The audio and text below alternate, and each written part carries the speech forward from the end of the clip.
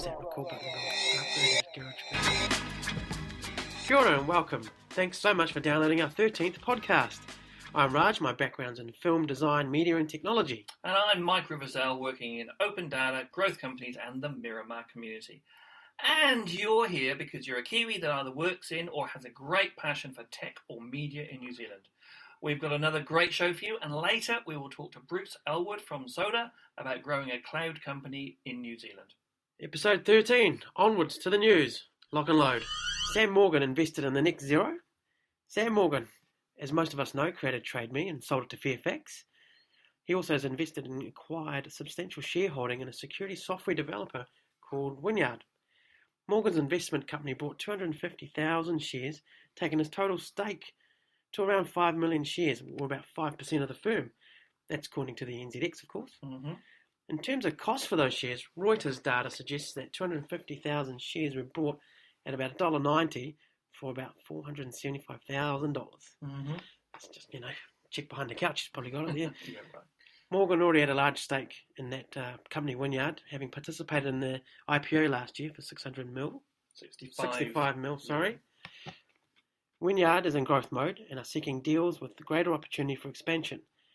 And they're looking at acquiring firms that may be a good fit for them. So watch this space. They, being the commentators out there, of course, say that this could be the next Xero, but time will tell. Yeah, I suspect they will. Not so sure about what they do and the ethics about it, but good on them. They're going well. GitHub may actually be dragging government into the 21st century.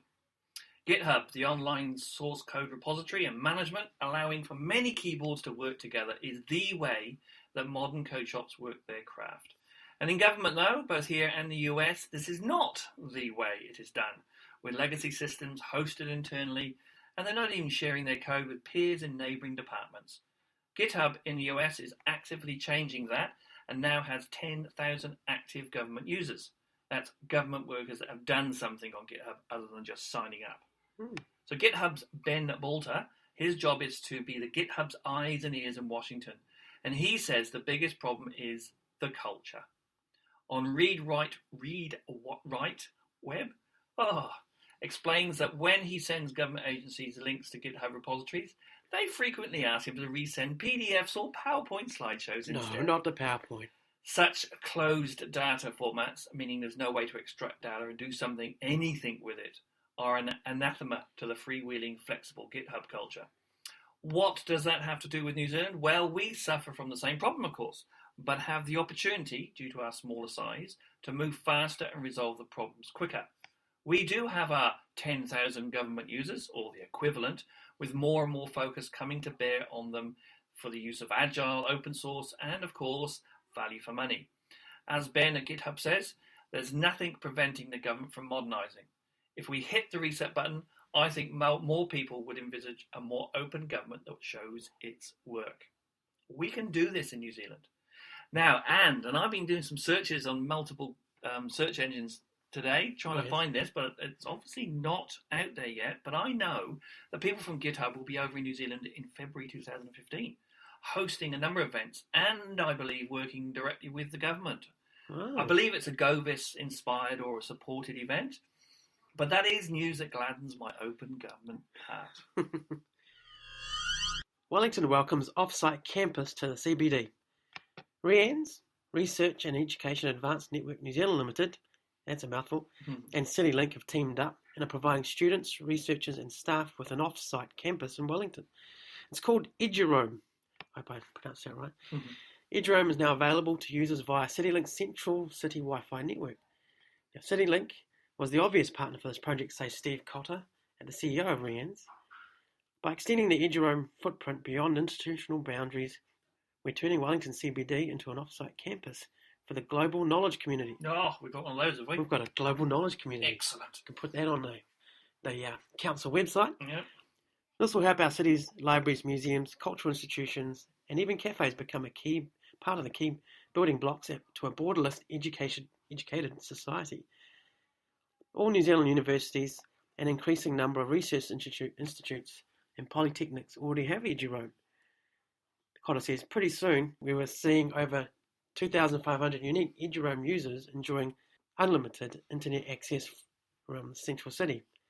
I might read that again just so that people can hear what you actually said. How's that? Yeah. Pretty soon we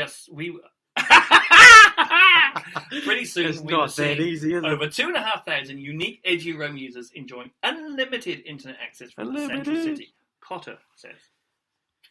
Well done, Mike. Thank you for saving my bacon. Damn, fucked up though. So, for those in Wellington, Edgy Roam Wi-Fi zone includes the usual areas like the CBD Wi-Fi does. Yep. So that's Wellington Golden Mile, extending from Courtney Place, Manor Street, Willis Street, and important landmarks like the Wellington Central Library, TSB Arena and Shed 6, the Michael Fowler Centre, St James Theatre, City Gallery, and Wellington Cable Car Terminal. So what is it? It means that if you're a student at Vic Uni, and then you hook onto the Vic Uni Edgy Roam, then it's available for you wherever you go. That's really cool. Yeah, that is education. Really cool. Yeah. Wow. Right. Moving on. Smarter buildings through data tracking. Okay, this is related to an extremely. This is about an extremely related event happening down the road from the Access Granted head office. But first, the article by Andy Oram over on the O'Reilly Radar site discusses how buildings can, and possibly should, have sensors deployed all over them, but not in a piecemeal approach, but bringing them all together to improve efficiencies. Building managers can be much more proactive, like the number 7 lift is likely to fail in a week, as opposed to the number 7 lift has just failed. Or even, good morning, Dave. May I suggest you install a variable speed control to cooling tower in tower number 5? I can't do that, Dave. Exactly. That's a little bit scary. So what does that got to do with New Zealand? Stick with us. Alongside that, though, we hear that Spark Digital, the skunkwork arm of Spark, is unleashing Internet of the Things, or Internet of Things, service for Kiwi business. So they, in addition, with a partnership with ThinkWorks, means that connective mobility, this is the name of their product, customers can take advantage of an application development platform to build apps that connect systems, sensors, and devices all together. In essence, they can see the future too, masses of data needing to be brought together and made sense of. Now look, if you're a student with any interest in this, get involved now. And an excellent opportunity to get involved is at the free Hack Miramar event on November the 1st and 2nd. Together with some sensor companies, this event will give devs, urban designers, and data lovers the space, tools, and real-time data to create tools around movement to and from the peninsula. It's the first in a series of events that aim to make the suburb a much more delightful and easy place to live. So visit their website, which is hack-miramar.wikispaces.com, and remember, it's a chance to play with data for free and with no rules. South Korean software company donates software to Kiwi design students.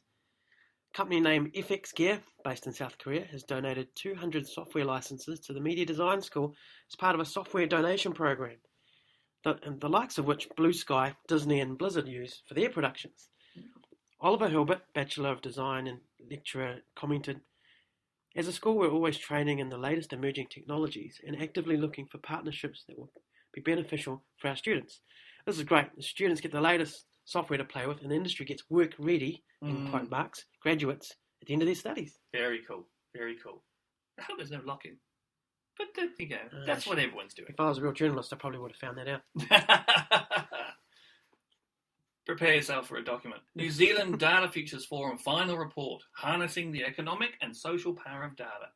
Look, this is thanks to the Zero blog for both a heads up and a great commentary, actually, around the recently released report. Thinking back to the GitHub story, this is an excellent example of where New Zealand can move quicker than other countries.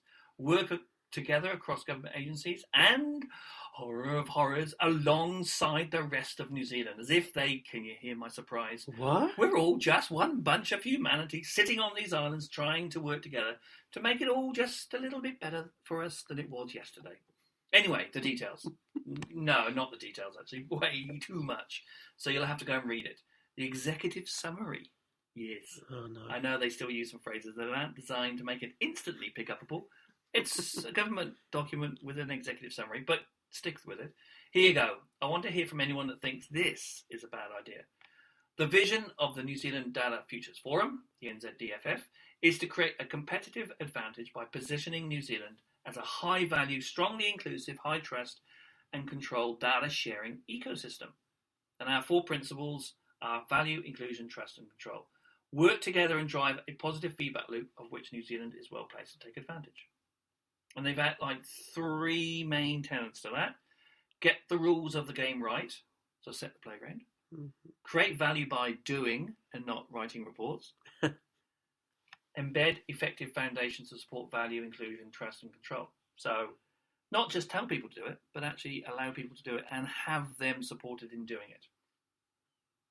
Now, this is rocket science, but it does need to be written down and everyone understand it. So go read the report. It's linked off their website, which is the nzdatafutures.org.nz site, as well as our show notes. And the report is in PDF. Wow. Okay, so, not quite open, but, they're getting there. Good effort. Must try harder. But you could still read it, I suppose. You can. That's the point, right? You can read it. Yeah. You can fax it to your mates. And here's some of the stories I'd love to hear your views on, because we don't have time to talk about them right now. Links in the show notes, of course. And how do you get to those show notes? Well, you could always use... Google. Look, to be honest, there aren't that many search engines out there. Prove me wrong, people. What search engines do you use? We've talked Google, Bing, DuckDuckGo. Those are the 3 independent ones. So then we talk Yahoo, but that's Bing. Mm-hmm. And we've talked about all the others. But there's a list on the internet, and every one of them goes to either page cannot be found, or to Yahoo or Google. Some people someone said DuckDuckGo on Twitter a minute ago. Someone said Pinterest. If you're looking for something, Pinterest. Yeah. Someone said if you're looking for CC Creative Commons images, use Flickr. What I'm finding there, of course, and I'm hearing a lot, is YouTube is another one. Yes. It's the world's second largest search engine. Data. Yeah. The search engines are either global, and there's 3 of them, or they're specific, and you use those for specific. But in this case, to look for our show notes, is Google. Google's our friend. It is. For now. They heard you say that. Now. Oh, okay, I'll edit that bit out. So the stories. Why your company needs to write more open source software. Companies are increasingly realizing that there's far more to be gained by open sourcing in-house software than just keeping it closed. Director Robert Rodriguez teaches the basics of filmmaking. This is one I like. In under 10 minutes. 10 minutes. I'm going to go. So there's a little video there, plus a little bit of copy there to read about. But it's a nice little video on how to make movies. Awesome. Without going to film school. Excellent. In 10 minutes. So again, off the Xero blog, they're using Google Chromebox for all their meetings at Xero. That's a fascinating insight on how they're using that. The workplace is future full of e-things. There's a nice little story on stuff. So view all of these in more detail, check out the show notes, and that's the news you need to know this week. And now events. A chance to get out of that office pod and meet your fellow Kiwis making computers do things. Design Bootcamp in Auckland. Bring your own laptop. Providing this, I guess they call it a meetup or a bootcamp. There are a few dates from now till January, and the first one is on the 8th of September. Be there. Eventbrite.co.nz is the best place to find that. Agile Conference, Te Papa in Wellington, 3rd and 4th September, agilenz.co.nz. Of course, the Microsoft NZ TechEd, that's the 9th and 12th of September, that's coming up quite soon in Auckland. We'll all be there, get in touch, and we'll come and stick microphones under your nose and interview you. If you want to have a chat or be involved, we'll be happy to do that. It'll be great fun. Absolutely.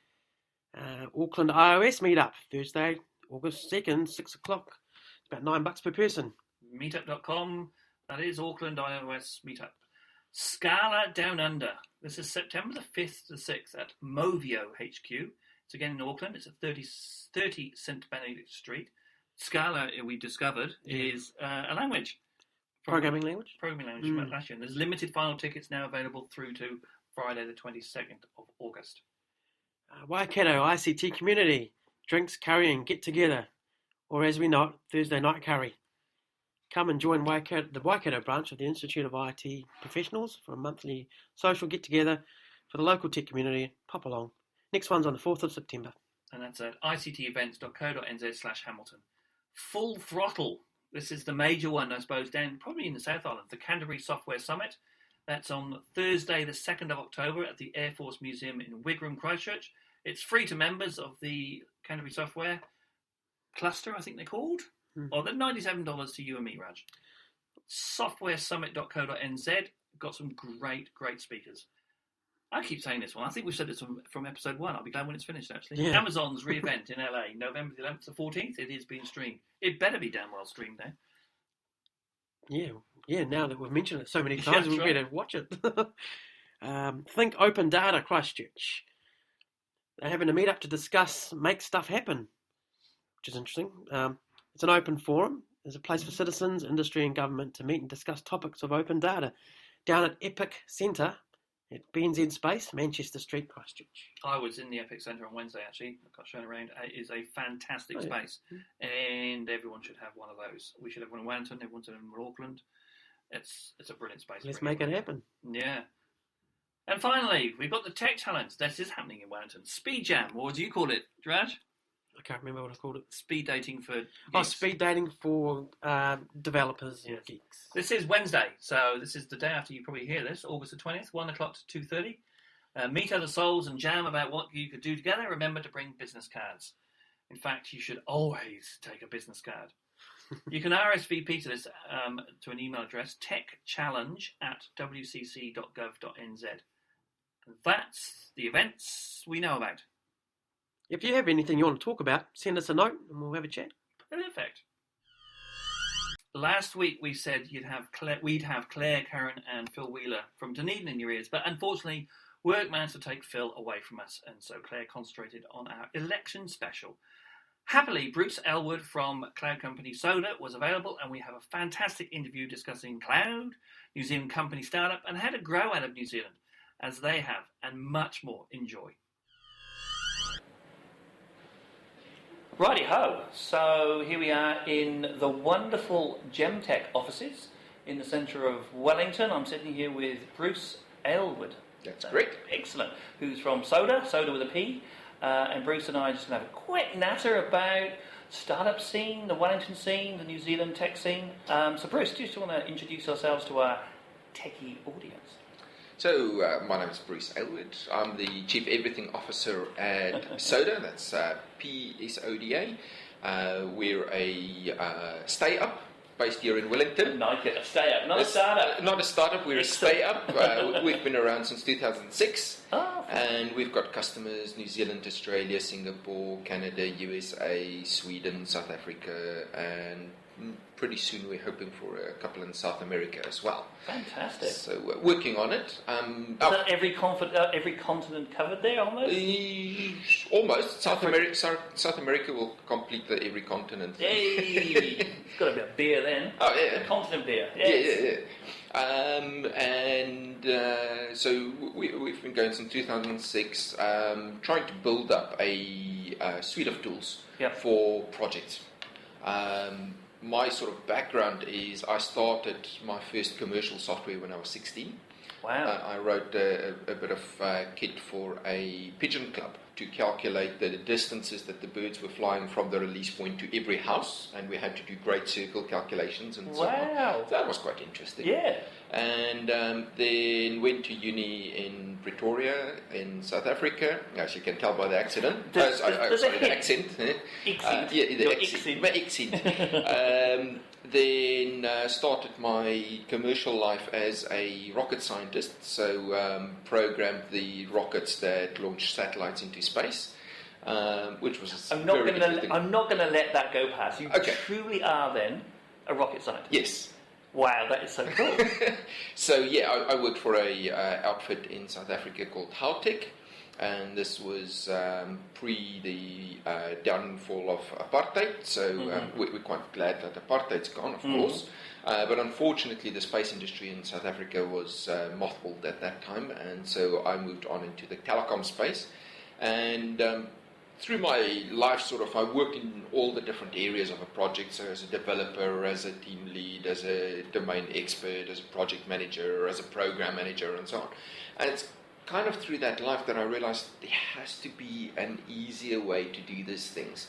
Because we had a bit of MS Project, we had Excel spreadsheets all over the place that we had to email to different people and Word documents and things on the file server, but who's got the latest version, where is the latest version, all of those kind of problems. Yep. So back in 2006, technology sort of caught up with my ideas.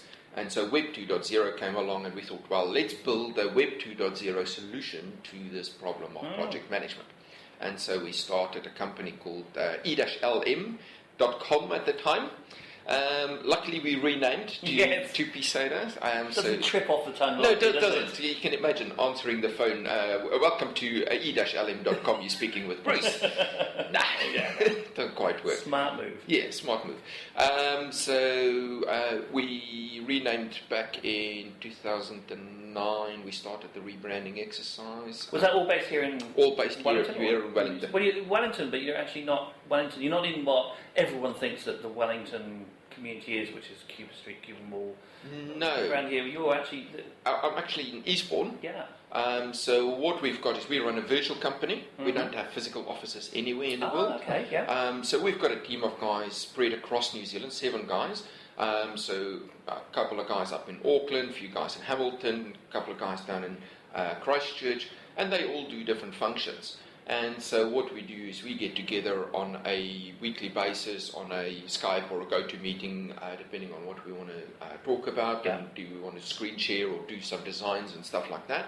And so we planned out, okay, what did we do last week, what went well, what didn't go well, what do we have planned for this week, do some planning out and so on. But in general, we work with guys that are quite independent, and they work all kinds of hours. So we've got a girl, she was pregnant, and she might be working at 3 o'clock in the morning. And so it's like, yeah, that's no problem, because it fits into her lifestyle, but because she's at home, she can look after her baby and be able to work for us. So we're kind of tapping into that pool of resources that a lot of people sort of miss out on, and so... So are they full-time employees? Not full-time, so they part-time contractors, so they might be doing 20 hours or 30 hours a week. One guy's maybe doing 10 hours a week, so it depends on what they want to fit into their lives. So we've got a student, she's studying full-time but doing 10 hours a week with us. So instead of going working in a cafe doing barista or stuff like that, we said, hey, why don't you come and work with us? So she started off as an intern with us, and now she's working on a part-time basis with us as a contractor. Oh, very cool. Yeah. That's awesome. So that's they say the virtual company, the virtual team that's spread around. Absolutely, yeah. It's interesting to hear you talk about that. There's lots of people talk about it, but very few people do it. Well, they do it, or they manage to do it well. Did you start off the company with this is the way it's going to be? Absolutely. And it's part of the philosophy of we're an online business. So should we have a physical office? No. Should we have people working in a physical office? No. And using online tools to do our job. So we use online accounting, we use online GoToMeeting or Skype or those kind of tools.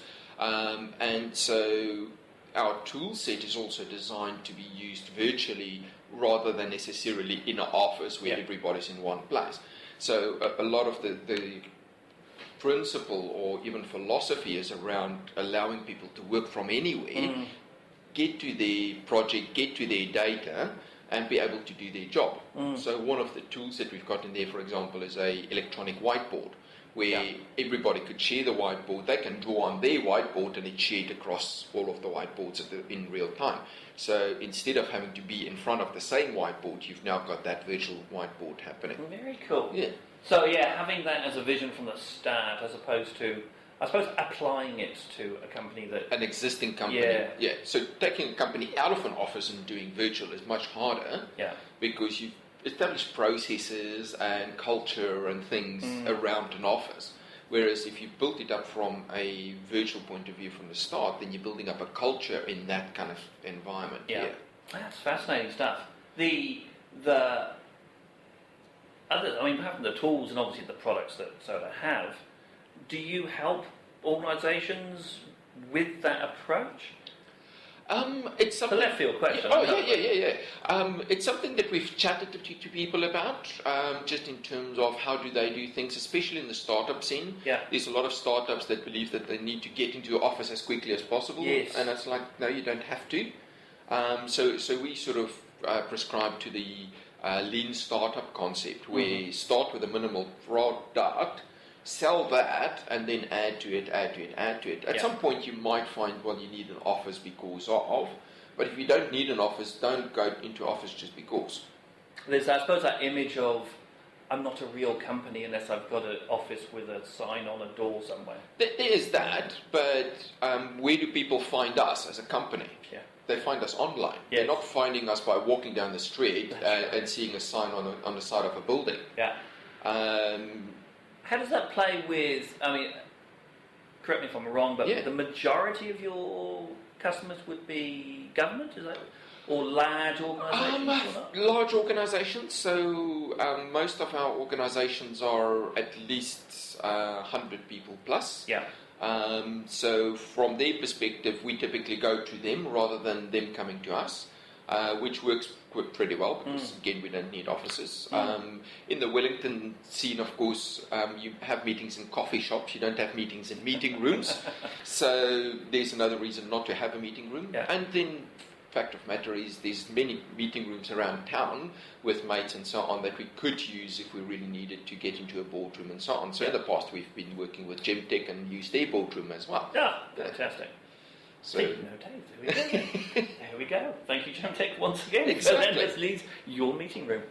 Yeah, it was interesting because when we had Waveadept, one of the comments we got back, Waveadept, for those who don't know, was the first and possibly still the only Google Enterprise partner based in New Zealand. That's all we did was Google. Yes. Lots of other people that do other things, but we only did Google Apps. And we would meet, because of that, the focus was only on Google. Anybody who was looking at Google would come to us. And for some of the larger organisations, there's definitely that, either you're too small, which is always an interesting one with the cloud, and or where's your office? It was a lot of that, you're not a real company. So we did have an office, and to be fair, that was possibly the only reason that we had one, is so that people would go, well, they're big enough. We would work, just like you guys, from home most of the time. Exactly. We'd say, is it worth coming into the office now? Does anybody need to see us and meet us? No. We'd all then stay at home and connect up through all the tools. We have seen a change in that attitude. So at the beginning it was much harder. Yeah. And if you say, oh, you work from home, then directly the shutters come down. It's like, oh, well, you're obviously too small to deal with a government organisation the size of Department of Labour. Yes. Yeah. But that certainly changed. I think there's a lot of policy changes that is moving government towards cloud first, and we're seeing that in New Zealand, we're seeing it in New South Wales, we're seeing it in Queensland, and so more and more of those organisations are happy to talk to you as a virtual company, and there's almost the reverse of expectation that they won't be coming to your offices, you'll be coming to them to talk to them anyway. Yeah. So that gladdens my heart to hear that it's changing. Yeah. Or it has changed. And you're right, if the government itself or the department or even the large organisation is moving and has a policy of moving to cloud first, and we know the government currently has that, online services is the way to go, then you need to be able to deal with the suppliers in that manner and everything. So it's excellent to hear that is actually happening. Yeah, and so I think more and more we're splitting that away, and we have to meet less physically. We do more emails, we do more Skype calls, phone calls, so on. Hey, look, Bruce, thank you so much. This is your chance to pimp yourself. Where do people find you online? Okay, so you can find us at psoda.com, so soda.com. We don't say the P, otherwise we'll be spitting at people all day. Yeah, Soda. fair enough. And just go there. That will direct you to our website, tells you all about the product and so on. So it's basically a suite of tools for portfolio, program and project management. Excellent. But it looks at the end-to-end life cycle. So everything from an idea, post it on an intranet, prioritization, do some planning around that, through some gates, so do decisions which project can actually go forward and so on. Then do your execution, so tracking that the project's being executed properly, including some tools for your BAs to do their requirements stuff and for the test analysts to do their test stuff and so on. And then through to what happens after the project finishes. So a lot of tools kind of stop at that point. They do, yeah. And so what we've done is say, no, it continues, so what about continuing to manage the benefits that the project was supposed to achieve. So let's monitor those and see that we're actually achieving them. And then product management around, you've produced a bunch of products out of your project. Those might have future releases with defects or change requests or issues and so on. So there's a whole area to manage those kind of things. Fantastic. So psoda.com. And yourself? Are you a Twitter man? I'm a Twitter man. I'm a LinkedIn man. I've even got a Google Plus page. Oh, mate. So all over the place. Keep a lookout for us. But if you look for soda_Bruce on Twitter, you'll find us there. Or if you just search for Soda, I'm sure you'll be able to find us. Excellent. Thank you so much, Bruce. And we'll see you on the podcast very soon. Absolutely. Thank you very much, Mike. That was an awesome interview with Bruce. That stuff about virtual companies was intriguing, as I myself only need a laptop and a phone and I'm good to go from anywhere on the planet. Great stuff. I noticed quite a few firms, even some of the big guys, are adopting this type of workflow. Loving it. It was an excellent interview. And my call to action today is stop typing, get out and do stuff, because I've been typing this up far too long and we're a bit late, so sorry about that, right? That's fine. Next week, we're having to have a great interview with the most excellent Owen Evans, X of Zero, and now running full tilt with Hoist. As always, don't take our jibber jabber as gospel. Get all the links to the stories we reference in our show notes. And all the notes are in one place. They're linked from #MePodcast post when we go live on Tuesday, or simply Google Access Granted Show Notes. Look on Twitter for me, at Miramar Mike, and Raj at NZRaj. Use our podcast hashtag AccessGranted, or you could email us on accessgranted@me.co.nz. And for all the hashtag radio goodness, such as the Twitter links, Facebook newses, Facebook pages, newses, prizes, and more, go to the #me.co.nz website. I really like that newses. Yeah. Thanks for your time. See you next Tuesday with the Kiwi Tech News for those who make the computers do what they do. Ka kite anō.